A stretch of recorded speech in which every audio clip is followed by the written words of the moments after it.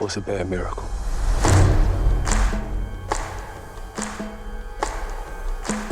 They got a word for that?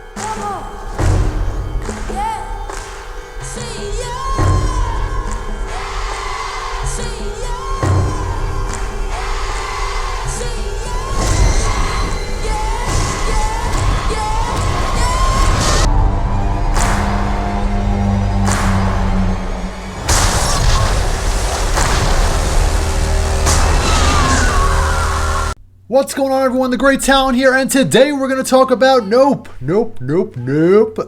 by Jordan Peele. Another entry in the Jordan Peele saga, I guess you can say. I started with Get Out, elevated to Us, and now we're here with Nope. Simply said, Nope.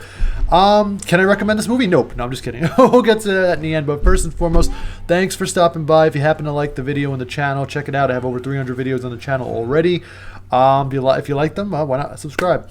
That being said, so let's just jump right in. Nope. What is it? It's nope. It's a funny word. It's a funny thing to say. If you're not want to deal with anything, you see something that you just don't want to fuck with, it's like, nope. Walk the other way. A lot of nope moments. They kind of drop the title a lot in this movie. They're like just walking around saying nope. But what are they saying nope to? Before we get into it, I just want to shout out to my new tattoo. I'm shouting it out right here too. You guys can probably see it on the camera here. Trying to get in a position. Father and son. Want to get this for years. But anyway, enough about me. Let's get back to the video. So yeah. Basically, the trailers of this movie showcased it's not going to be the traditional like horror movie that Jordan Peele is accustomed to doing, being that which is this kind of like this unique take on the twist of like horror genre, where it's like you take a little bit of elements of like Invasion of the Body Snatchers mixed with like a Cocoon and like maybe like a few other horror things like some old school horror like elements like with Get Out and Us.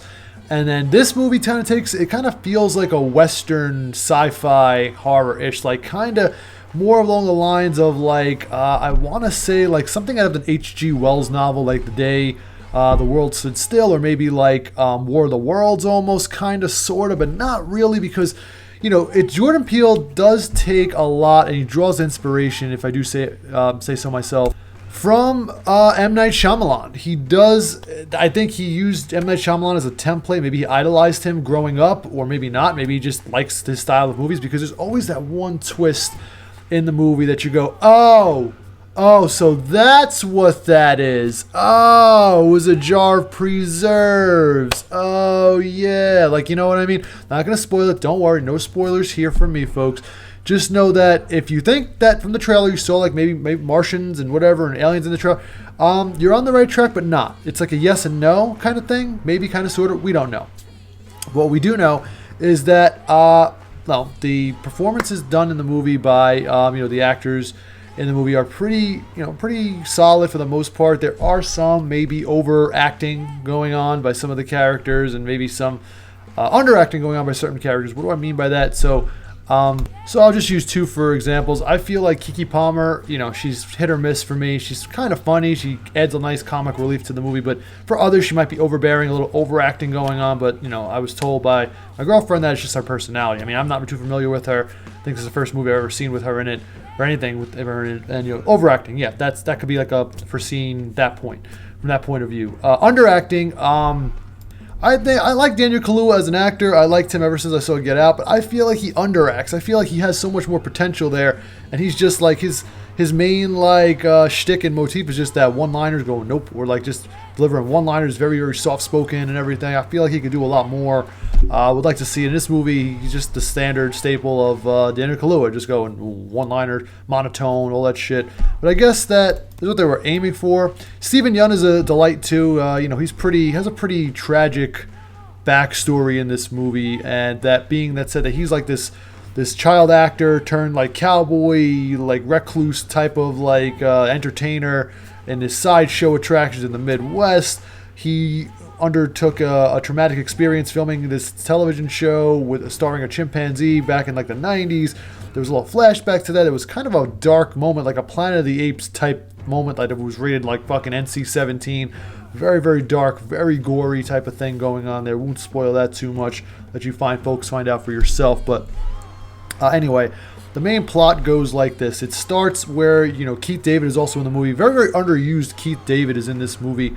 And it's unfortunate because he is such a phenomenal actor. I guess they just needed him to cameo to drive the plot forward.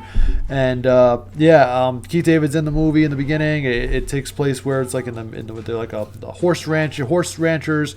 Something happens to Keith David, and they're trying to figure out what took him out.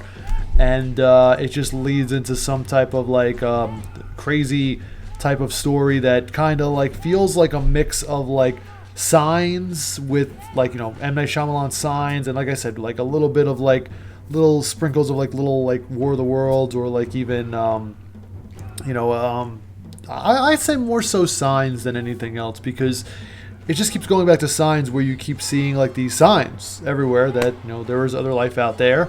There are a few cleverly placed jump scares in the movie, not too cheesy, not too overused. I felt like getting into that aspect, there is not only a few shocking moments, but it's also a pretty cleverly placed horror moments where you're creeped out. Not even jump scares, we're talking about creeped out moments. Oh, alright, this is creepy. Wow, I did not see that just fucking there in the background. Holy shit. I like horror moments like that where something dating back to movies like The Exorcist, my favorite horror movie of all time, there are subliminal messages within each segment of the scenery. I'm getting chills just talking about it. You will not know it's there until the very last nanosecond. And you're like, holy shit, you have to second guess yourself. Did I really just fucking see that? And kind of one or two moments like that here. Kind of, sort of.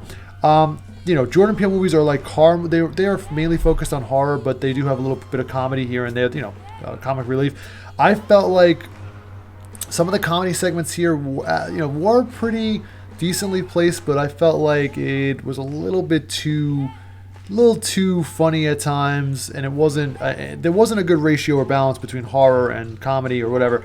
I felt like in a movie like this, it comes off as a dramatic comedy, dramatic horror, and with little sprinkles of comedy, but there was a little bit too much laughter moments in this movie, I felt. But there was also a lot of horror too in that too, but not as much as Get Out or Us even, but it's just a lot of it didn't feel like a traditional like Jordan Peele horror movie. It felt more like a sci-fi thriller than anything else. And if you're coming here for just expecting a horror movie, you might be a little disappointed because there's not a lot of horror tones or undertones. It's more of a sci-fi thriller fantasy type of movie. But again, I'll just keep circling back to sci-fi horror. Think of Alien, perfect sci-fi horror movie right there. Think of that, Alien, something like that on those lines, on that spectrum. So now let me just get down to the nitty gritty. The movie, progresses. It's a straight 2-hour movie, 2-hour straight shoot. They're just trying to, and there's a lot of underlying messages in the movie too. Now these ranchers here, you got Daniel Kaluuya and Keke Palmer. They're the brother and sister tag team who are trying to take a photograph of this alien, whatever it is, to try and make money off it. They're trying to make a profit because they don't have any money. They're broke. They want to help support their father's ranch, who passed it on to them or whatever.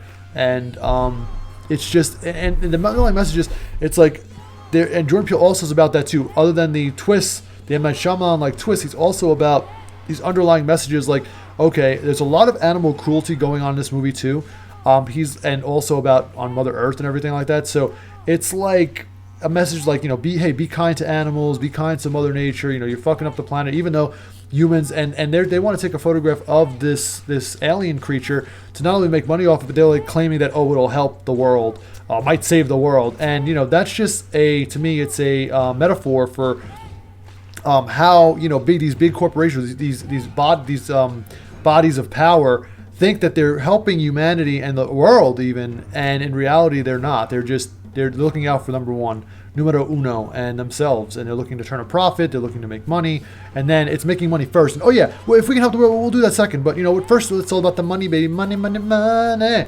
So yeah, I felt like that was a pretty obvious, take here. I mean, well, pretty not obvious. You have to kind of think about it a little bit. What is obvious though is the plot. The plot is very predictable. They throw a lot of exposition at you, so you really can't not figure it out within like the moments of the exposition being dropped. You're like, oh, at one point in the movie, I'm not gonna spoil anything. Like something happened, and then Daniel Kaluuya said, oh, this alien, it might be weak to this, and I'm thinking, oh, well, you're just telling me how you're gonna kill it. So, and sure enough, the end of the movie, they did it. So yeah, predictable plot. The twist, it was a cool twist. I will give it points for the twist, but I will take points away for the predictability in the plot and the writing. So Jordan Peele, I expect a little bit better from him. Then again, Get Out to me was his best work to date, in my opinion. This here felt like a passion project. It just felt like a fucking passion project. Like Jordan Peele's like, you know what? I want to fucking make a sci-fi alien movie. Yeah, in the West. A cowboy versus aliens type of movie. Fucking, I'm going for broke. And yeah, so I really didn't know what to make of this after I've seen it yesterday with my girlfriend and her friends. And I was just like, we both were like, I don't know. People were asking, should we see it? I'm like, I don't know. The best advice I can give to you is wait for it to come on stream. It's going to be on Peacock. I think September 5th, early September-ish on Peacock. If you can wait that long, go ahead. It's only a couple months away. No, not even like a month and a half, 45 days. It'll be on Peacock. And you can check it out there. But if I had to, as always, score this movie on a scale of 1 to 10, I think I'm going to give it a 6.5 out of 10. It's a fair movie. It's not anything to really write home about. You could talk about it with people, your friends and family for a few days afterwards. Then it'll just probably vanish into existence. It's not going to stick with you as much as Get Out. Get Out was a mind fuck to me. I know my friends think it's predictable. Some of my friends think it's fucking predictable. But I did not see I'm a dum-dum. I did not see Get Out's plot twist coming, not one bit. Maybe I have to rewatch it again to see it. I don't know. But here, you can predict everything from the start to finish, mostly for the most part. With my little caveat of a twist in between. So with that being said, that's my review of Nope. Let me know what you guys think in the comments below. Don't forget to like and subscribe, and I will catch everybody next time. Thanks, as always, for stopping by.